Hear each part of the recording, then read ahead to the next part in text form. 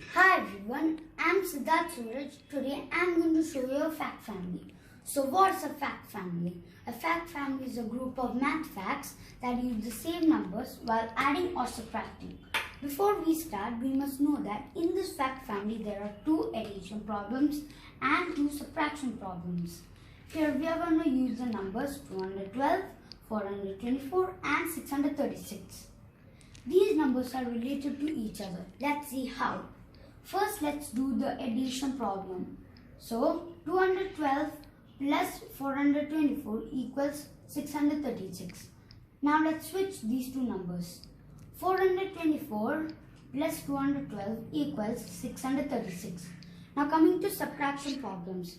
Every time we do a subtraction problem, the biggest number will be at the beginning. So, 636 minus 212 equals 424.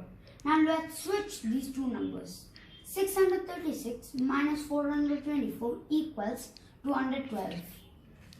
Now we all know in this fact family, these numbers are related to each other. Thank you.